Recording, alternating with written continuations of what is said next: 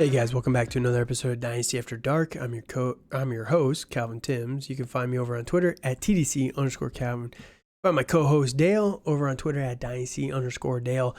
Quickly, before we get too far into the podcast, if you can, just like, comment, subscribe on the video. Helps with the algorithm. Just get it out there quick. If you're listening, we appreciate you. I'm trying to do a lot more of this content this off season with my buddy Dale. So all the support you guys can give us, we appreciate it. So thank you very much. Absolutely. Dale, how's it going tonight? Hey, it's going good. Going good. Are you ready to talk more coaches here? Can't wait. This is where we're starting to get. So we've already gone through the two offensive guys, full transparency. At this point in time, we're going to be recording Demeco Ryans today with the Houston Texans. We got a couple of offensive coordinators still that we got to talk about as well. But at this point in time, the Colts have hired Shane Steichen as their new head coach. But the Arizona Cardinals still have not announced who their head coach is going to be. All word is that it's going to be a defensive coordinator that they're bringing over. It's either the Bengals or the Eagles defensive coordinators. One of those two guys is going to be the new head coach.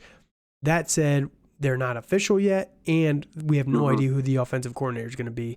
There's still a couple teams out there that are going to be, needing to fill some holes that'll probably happen later this week. I think the Ravens, the Tampa Bay Buccaneers, and the Washington Commanders all have offensive coordinator openings at this point in time. Hopefully, I'm going to be traveling later this week. We'll be able to maybe get a podcast out Saturday with all of those recapped. But if not, we'll be putting that out early next week, maybe some bonus content for you guys just to make sure we cover all of the different teams here. So that said, we're going to start talking on Demeco Ryans. Now, Demeco Ryans, you know anything about him, Dale? Oh, yes, I do. Demeco Ryans, he actually played with the Texans it's from 06 to 11. You know his number? I don't know his number. It's 59. I only know that because I have pictures up. I'm cheating. So I was going to guess 54, but I was trying my best. So with Demeco Ryans, he was the defensive coordinator for the San Francisco 49ers for the past couple of years. Yep. And he's really built up a very, very strong defense. It's the 49ers. To be fair, his defense has been built up for him to be. Yes, I was going to say that eventually, but he has brought them to a very full potential. Oh, yes, which has been really good. So, yep. I do think that's helped. It's quite a bit. So it helps when you have Joey Bosa or Nick Bosa. Nick Bosa. So yeah, absolutely. So it's gonna be very interesting who he's gonna bring in for his coaching staff, which we've already found out his offensive coordinator. Yep. And that is Bobby. His name is Bobby Slowick. Bobby Slowick was the passing game coordinator for the Niners with Demeco Ryans. Now, what that actually means for the Niners, I have no idea because Kyle Shanahan basically runs that entire offense. So it's really hard to say what anybody other than he does for any of these teams. But that said, Bobby, here's a little piece of trivia for you. Bobby Slowick and Demeco Ryans worked for PFF back in the day before they were working for coaching staffs, and they were film grinders for PFF together. So, they have a very long history together, these two guys. And so it only makes sense that they're bringing each other along together. So I think that it's going to be an interesting combination, but both of these guys are first-time head coaches, so there's a little bit of risk there. Demeco is going to be running the defensive side. The Texans have a lot of holes on the defensive side. They've got some promise there, a lot of youth, but, it's going to be really interesting to see what they do in this upcoming draft. They have two pretty high picks and a new defensive-minded head coach. Are they going to really go for a quarterback? Are they going to go for defensive players and kind of try and build the team up and maybe go for a Caleb Williams next year? How are they going to really approach it this upcoming draft is one story. But then the other question, both of these guys are coming over from San Francisco. the question, and I've been linking wherever Demeco Ryans goes with Trey Lance for months now. You also get the passing game coordinator for the Niners coming over here. Like, it's going to be very, very interesting to see if these guys try and trade for Trey Lance. Maybe they don't get it done. Maybe it doesn't happen, but I would not be shocked if they don't try and at least question what it would take to get him. I don't think it's going to happen because the Niners, they only have Brock Purdy right now with Trey Lance, and Purdy's injured. He's got a longer recovery time. You know, if Tom Brady was still on the market, I think that it would probably happen. But now that Brady's out of it, I don't think Jimmy Garoppolo wants to come back. So it makes it very unlikely that they're going to want to move on from Trey Lance, especially since they were playing in the NFC Championship game with their four-string quarterback, right? So that's where it really feels unlikely. But I just can't rule it out when you got so many connections to Trey Lance, and the team and the fan base kind of feels like they're ready to move on from Trey. It's interesting. It is interesting. Yeah, no, I see that, but you know, I kind of think the Texans, hopefully they finally found an identity with Demeco Ryans. I think it's really important that they brought a player in, because the past couple of years they brought like David Culley in, who was a first-year head coach. I think he was kind of the first sacrificial lamb, you know, of the Texans. And then they brought in Lovie Smith, who hasn't done anything really. He got lucky with having Rex Grossman. You know, it's with the Bears a long, long time ago. And other than that, his coaching career has been very lackluster. So I think it's a good breath of fresh air to bring somebody new, somebody that they kind of know in the front office a little bit. And, you know, I do feel that's very important, and I think that's going to go a long way with the players being a player's coach. A player's coach. You know, and I think they're going to bring in a veteran quarterback. You know, I kind of think they're going to go the route of Bryce Young, in my opinion. And then I can see don't do it. I really think they're going to do that, and then I think they're going to bring in like a Jacoby Brissett in to start the season. I would love to see him trade for Jordan Love, man. Oh, do it. I just think they're going to go the youth movement, and I think I think this is their year to kind of jump in, because I think they're tired of being bad, and I think Demeco doesn't want to get fired his first year. The good news is he got a 6-year contract, so there's that at least. That is very true. So, you know, I kind of think they're going to try to get some more veteran players. A few veteran players in to kind of help out some of these younger players, and I think that's going to bode well, or at least bode better for them in a very inept AFC South. Yeah, it's a division that's it's definitely a division that no one really wants to win. It's kind of like the NFC South. Yeah. You know, honestly. So, you know, I think it's going to be interesting who really wants to win that division again next year. Yeah. It will probably be nobody. It's very much open for the taking, right? Yes, it definitely is. So I was just looking. The Texans, as of right now, with no moves or anything like that, they're actually 4th in cap space for this upcoming season. So, you know, they do have a decent amount of money. It's tough to compete with anybody when the Bears have 3 times your salary cap. The Bears are double, basically team number 2. They just can do whatever they want. Any free agent that they want, the Bears are going to be able to go get. So it is good news for the Falcons, though. They're number 2. That's one franchise that needs a lot of money. But no, the Texans, they have a lot of money available that they're going to be able to make some moves in this offseason. You know, let's talk about some of the guys that they have.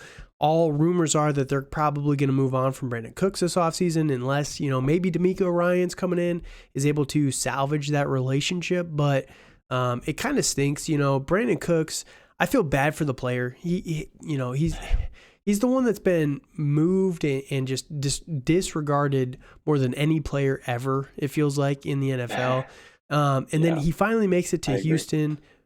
He talks about wanting to be part of the rebuild and really starting to, you know, make something of this team. And then that goes out the window when they start really sucking. And he's just like, all right, I want out of here. I don't want part of this rebuild anymore. So it's like, I was really hoping that Brandon Cooks would be able to establish this team long term. Maybe if they get a quarterback in there that's not complete cheeks like Davis Mills, they'll be able to incentivize him to stay. Maybe Demeco convinces him. But as of right now, let's just assume that Brandon Cooks is gone. It really leaves them wide open at wide receiver. They have, who are their wide receivers even at? Nico Collins. That's pretty much it. There's John Mechie is going to be very John Mechie interesting. coming back from cancer, yes, so it's kind of rough there. But they really need help there in the receiving category. Dameon Pierce, you don't love him as much, but he's been very, very good so far with the workload. I don't really see them. I can see them bringing in somebody in the Rex Grossman role, or Rex Burkhead. Grossman, where am I? I got it from you, I think. But the Burkhead role, where they're going to be used as more of a third down kind of guy, but they could use a tight end upgrade. Their offensive line is not the best, but then they also just need a quarterback.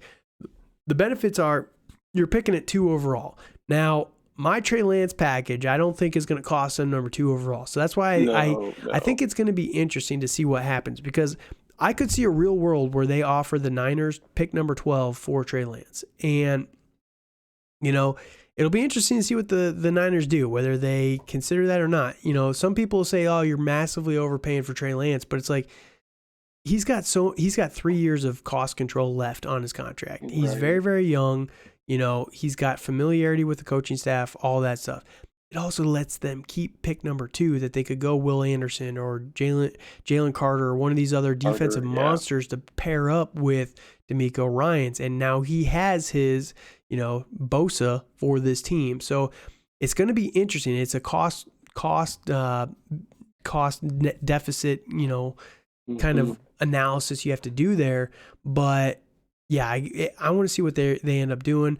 Now, their new offensive coordinator, again, he doesn't really have much history, so we don't know how it's going to impact anything. I think the number one guy that is safe for fantasy football is going to be Dameon Pierce, and that's pretty much it. Until we get the notification of who the quarterback for this team is going to be. Maybe it's a Jimmy Garoppolo. Maybe they just bring in Jimmy. There's the Niners connections there. Jimmy's a free agent, so it wouldn't cost a trade. Then you could, maybe tank a year with Jimmy. You go and you get Will Anderson, you get, JSN or somebody like that at 12, Jordan Addison or, Quentin Johnston, somebody like that at 12. All of a sudden you have a decent looking core of players and you can kind of build out. And if Jimmy sucks, you can just go get, Caleb Williams, Drake May, somebody like that in 2024. So, it'll be interesting to see what happens. But for fantasy football specifically, I'm not excited about anybody. Brandon Cooks, if he stays with maybe like a Jimmy Garoppolo, gets very interesting. But other than that, Dameon Pierce is the only guy. I think Dameon Pierce is going to get the volume that he could possibly be, an RB1. But the one thing we need to see from Dameon Pierce is him bulk up a little bit this offseason to handle a little bit more of that workload.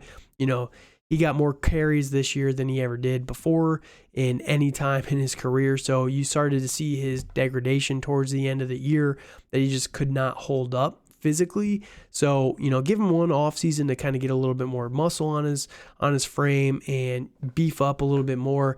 Go into next season with a little bit more on him. And I think that he can definitely hold up a lot better down the stretch. So Dameon Pierce is someone that I'm still buying for a late first. I think that I'd rather have him than some of these other guys like a Zach Charbonnet. But that's pretty much my limit there. So, if you're able to get Dameon Pierce for one of those guys, I'd probably take it. But maybe you can get him for a high second. Other than that, really, again, not much excitement. Any other thoughts on Demeco and the Texans? Yeah, I mean, I agree with you there. I don't have a lot of excitement for any fantasy star. Right. I even think the quarterback's going to be like whoever the quarterback is probably going to be a quarterback 2, which isn't bad, Right. or it's I feel they're going to be bottom half, I should say. Right. But I mean, I really do think Dameon Pierce is going to be the star of this offense. He's going to get a lot of carries and a lot of catches and a lot of a lot of everything. Yeah. I think that's going to be very interesting for him, and if he does have another year, I might be a mild believer in Damian him. Pierce. So I'm gonna convert you, yeah, my friend. I'm gonna convert you. I really The hope thing with not. Damian Pierce is, right, like we talk about this all the time, but you can buy low on Damian Pierce right now because people, unless in your league you have a Damian Pierce truther, which there are some of those guys out there. I mean, I'm not a truther by any means. I just think that there's an amazing value there with Damian Pierce. Yeah, You can go buy him for a high second, a late first, and let's say he has another good season. He's going to return on that. You're going to be able to flip him for like the 1.8, 1.10, somewhere in that range. So you're just increasing your value if he's able to produce again at the same value that he produced at in 2022, right? So it's just, for me, it's the potential for free money, right? So yes, there's risk with it because he could be bad. They could draft somebody, but I think that's the fears that are keeping his cost down a little bit more right now, where you're going to be able to capitalize on that. Because again, even if they bring in someone to replace Rex Burkhead, he wasn't that good. But let's say they bring in Zach Charbonnet or somebody like that, then we're a little bit more concerned. But I just don't see them, and we've talked about this many times. You used a late round pick on a running back and it hit. Why would you undermine that by doing it again with a higher pick? Like, it just doesn't make sense logically. And these guys, these GMs are pretty smart. So we got to stop thinking that they're morons all the time. Some of them are, but it's just, you got to give them the benefit of the doubt. A late round pick on a running back hits, you're not going to undermine that by, oh, well, let's not do that again and draft a guy in the second round, right? I mean, I've seen that happen many times, and I mean, for instance, like what happened with Michael Carter, and then Brees Hall the next year. True. But Michael Carter, the thing is though, like the one difference there, they used a second round pick on him, but Michael Carter was a fourth round pick, and as much as I like Michael Carter, who was a fourth round pick, he was not able to show what Damian Pierce did in his rookie season. That's the only difference there. I will say that Damian Pierce was the only thing that the Texans had. So exactly. So that's the thing. So that's why I'm slow to get on the bandwagon, because I know he was the only piece. Like I kind of view him as the James Robinson of a couple years ago with Jacksonville. Yeah. In that, yeah, I mean, get it. I get it. But it's a little different. But it's a little different because Robinson was an undrafted free agent. Right, exactly. That's all different. I get that, but that's how I view it, is that the team was so devoid of talent that they had to give this guy, a zillion carries and a zillion catches compared to. Yeah. And I get it. Again, I get it. But Damian Pierce was able to produce very well for his draft capital, compared to someone like Michael Carter. As much as I like Michael Carter, he just did not do enough as a rookie to really kind of solidify that work role for him. And the difference too is Michael Carter was smaller, right? He's a smaller guy. He's like 205 pounds. Like Damian Pierce is 220, so he's a thick boy. He's the prototypical size for a running back. So there's the small nuance differences, but I do see the negatives and the risks. So that said, that's our thoughts on the Houston Texans. We're gonna jump into an offensive coordinator here that I personally am very excited about because I'm a Patriots fan. We're bringing back Bill O'Brien. We recruited him away from Nick Saban, whether Saban retires or not, but we brought Bill O'Brien back to the NFL to be the offensive coordinator for the New England Patriots. And I'm very excited about this because, last year was a dumpster fire. We had Matt Patricia and we had Joe Judge as our dual offensive coordinators. And these two are, morons. We'll just put it that way. They're dumb. They're not good on the offensive side of the ball. And it's not like they're terrible. They're better than me. Don't get me wrong, but it's like they were not even top 30 in offensive coordinators in the NFL last year, and that's just not gonna work well. And I get it. New England has a lot of holes right now. They were We have a couple good running backs, which is great. I like Mac Jones personally. He's not a perfect quarterback, but he's capable. He's serviceable. And what they were doing last year, the plays that they were calling, it was just, they set Mac Jones up to fail last year, and it was pretty rough. And there's a lot of rumors that we're going to go and buy an offense again. We have a lot of money in the offseason, but, they weren't even able to get Hunter Henry, who, say what you will about Hunter Henry, he's not the best tight end in the league, but the year before, Matt Patricia and Joe Judge, he was double-digit touchdowns. I think he had 12 touchdowns, and last year I think he had 1 or 2. They didn't even target him hardly at all. And Bill O'Brien, say what you will about the man, do not give him any GM responsibilities whatsoever. But as long as he's not touching the roster and has no control over that, man, that guy ran good offenses in the NFL. He was a very, very good coach.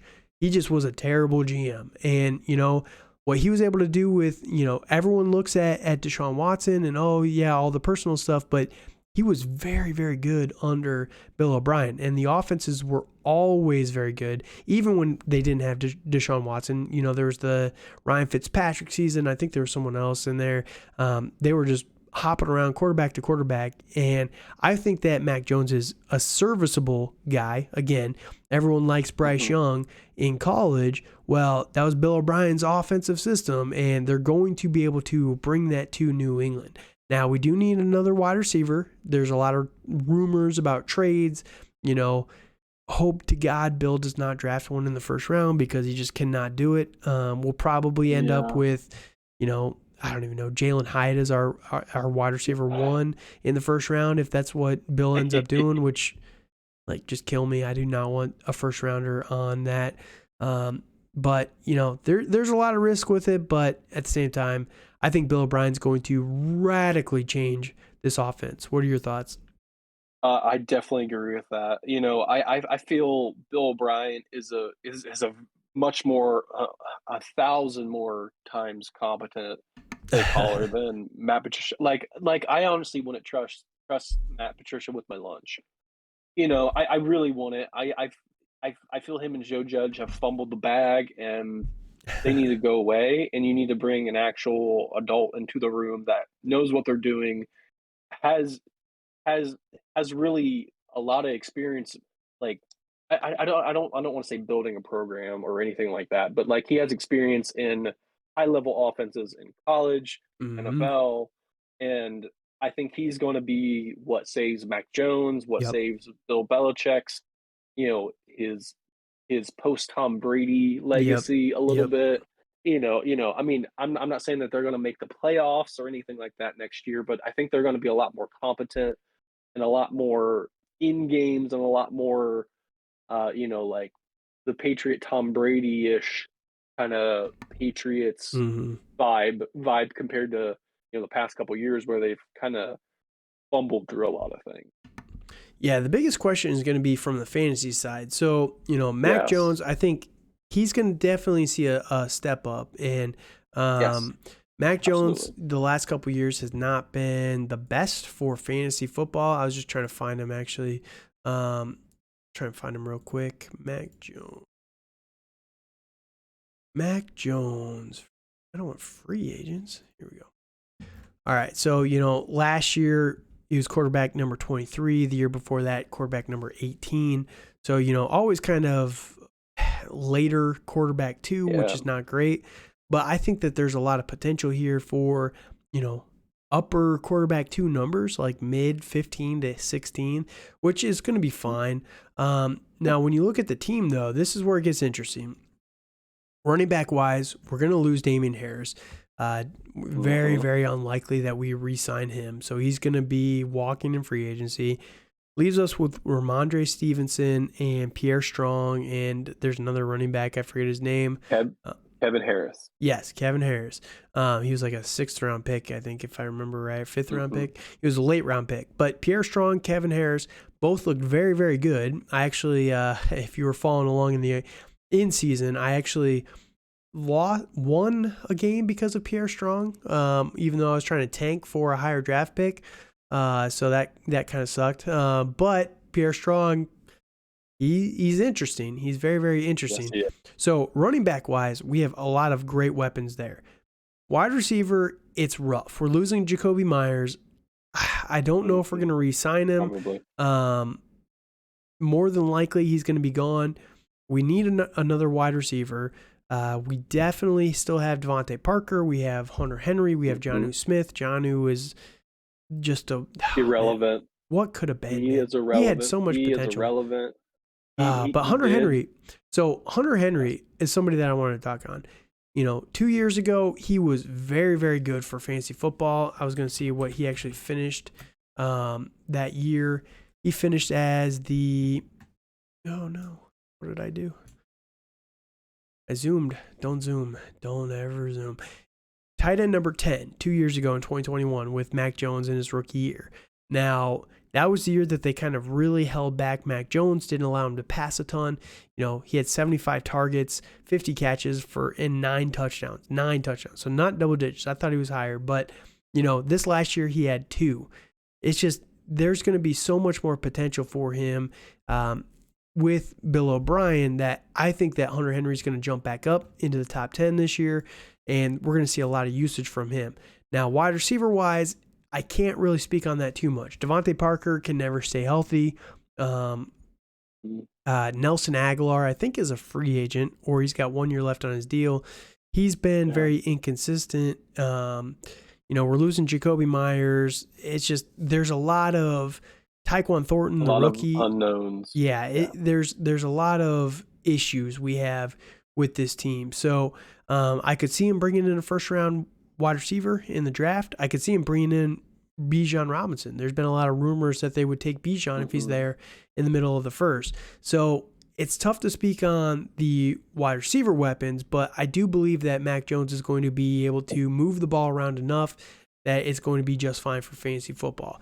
Running back wise, I do believe Ramondre Stevenson is going to be a top 12 running back as long as he can stay healthy and he doesn't fumble the ball and get put into purgatory for Bill Belichick, because Bill Belichick hates that crap and he's already done it a couple times. So, you do it again and Bill is going to, who was that one guy? Jonah Gray? Is that the guy? Yes. He was so good for our team. And then he fumbled in like back-to-back games, and Bill Belichick never played him again. And it's like, he does not care how good you are if you lose the ball. So Ramondre Stevenson is on thin ice, but I do believe as long as he can hold on to the ball, he's going to finish as a top 12 running back.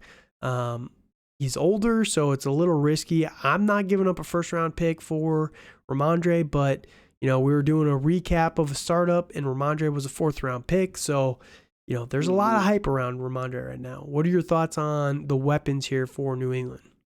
Yeah, I mean, I do agree with you. Like on Mac Jones especially, I think he does get a bump. I can see him being a low end, potentially a low end quarterback one, but I think we're so blessed with a lot of great quarterbacks, in this era that, I think him being a like a low end or like a high end QB2 is really good for him. So, Right.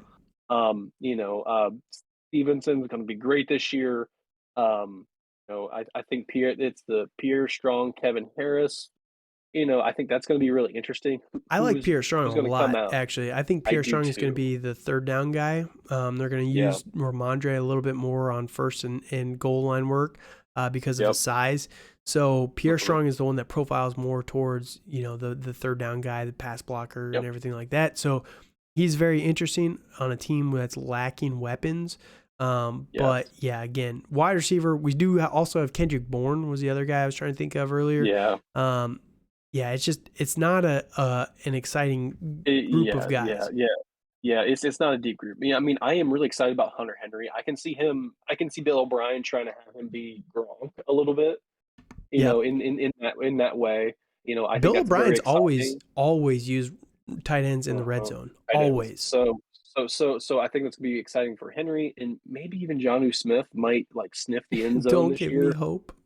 I know, I'm trying not to, but I'm really interested to see what Tyquan Thornton does, because I think he's going to be a very interesting gadget player for Bill O'Brien. So I think that's going to be a very interesting wide receiver to watch. Him or And Marcus Jones, that's our cornerback.